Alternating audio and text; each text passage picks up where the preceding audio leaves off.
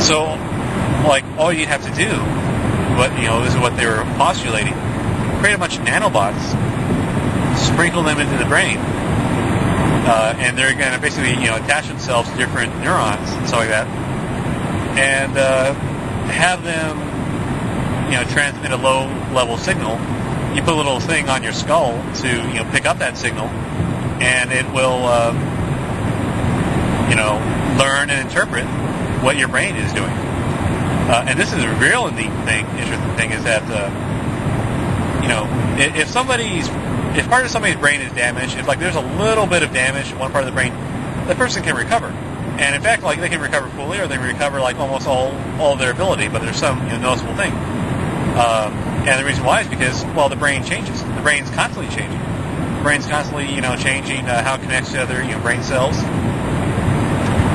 stuff like that, which makes a lot more sense. Because, why do we have memories? Why do we have memories that fade? Why do we have memories that we can't remember? And why are some people able to remember everything, kind of thing? And it makes sense, this concept that, the brain is always changing. The brain is never the same. And you can also apply this to, people think differently. And they think differently at different times of their life. And they think differently after different events, because things change their minds. Things change the way you handle things. Stress causes a change in your personality. And what else? Well, but you get what I'm saying.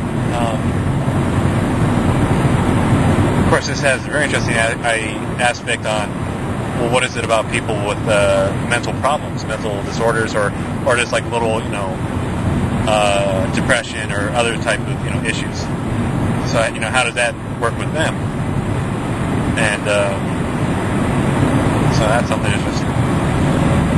But, what I'm thinking is that, really, if they can get to the point where you can integrate a machine to work with the human brain, and a person can sit in a chair, think of an image, and that image will appear on the computer screen, we're going to see the dawn of a golden age of man, and it's just going to skyrocket, because when you can get to the point where you can communicate using ideas. Oh, that was the other thing. They said that within 20 years we'll see it happening. Wow.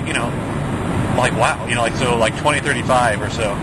You could go to the doctor, and the doctor would drill a little hole in your skull and spread a bunch of little nanobots, and it would be to improve you. It would give you added abilities, so you can interact with machines. You could communicate with other people, without the need of a cell phone. And on top of that, you can operate machines around you. So oh my God. Clairvoyance, mixed with technology, oh goodness, that's what I'm really digging. To the point where I could write and not rely on a keyboard, or not rely on having to type on a keyboard. Oh man, I would write so much so fast. Put Stephen King to shame, I think. But of course, might make Stephen King get back into things.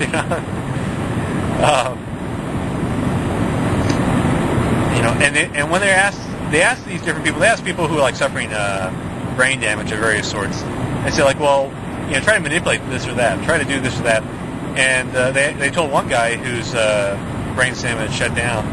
They say, move the cursor on the computer screen, pretend like it's a mouse, and they attach the electrodes to the movement, the arm part of his brain. And so he did that, and it didn't take long. He was moving the mouse around. And he could do simple shapes. He could type. I was wow. This is how they did it. This is how they figured out what brain signals to track. They had somebody looking at basically a keyboard, and they said, all right, we put all these electrodes in your brain.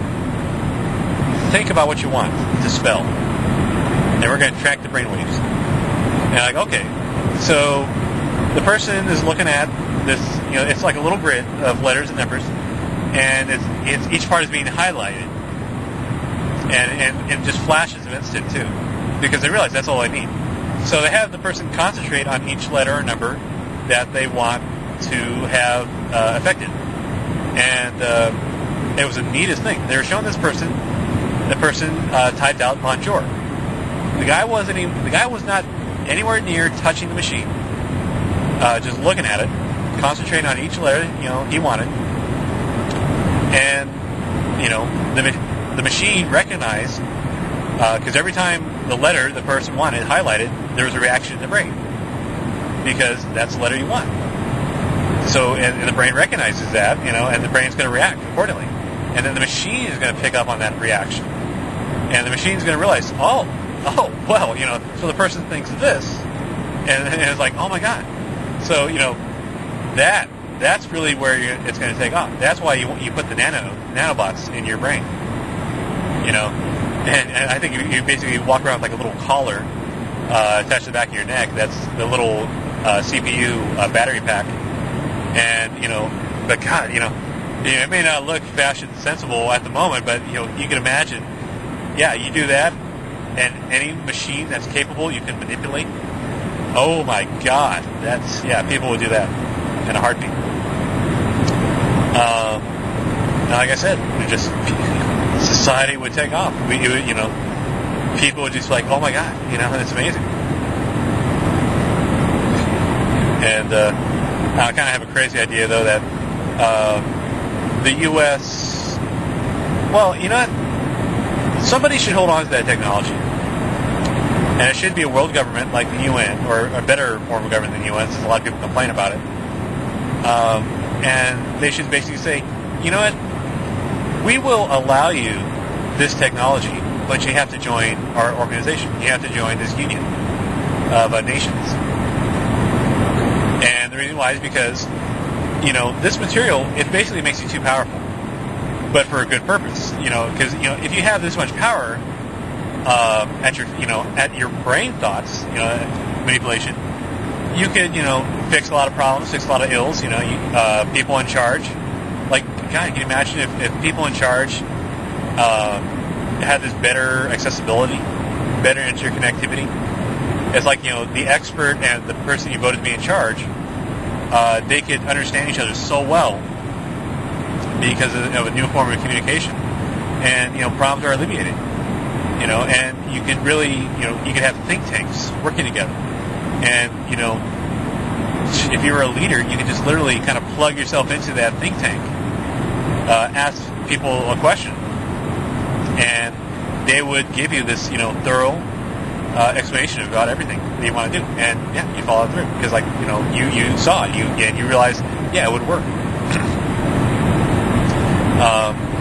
Now, there's one problem, and that is wiki knowledge, as they called it.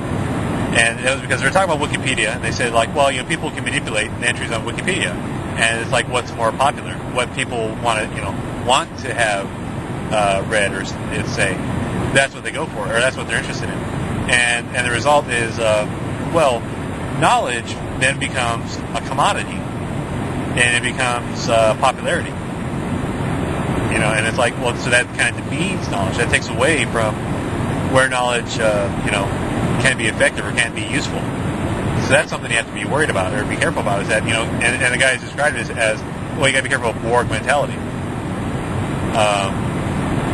Because if your information is what the group agrees to, and it's not based on actual fact, it's like then you start limiting yourself. So, but for that simple way to cure that, and there's another site like Wikipedia, and it's for scientific knowledge and questions and queries. And for that, what it is that you actually have to input your background, what your expertise is, what your expertise is, what your training is, and based off of that, some people of a higher, that know more than you, they can overrule you, that way. But it was a neat idea that you could just all these questions about like science. You could ask questions, you can answer questions. That was the neat thing. I wish I could find that website again.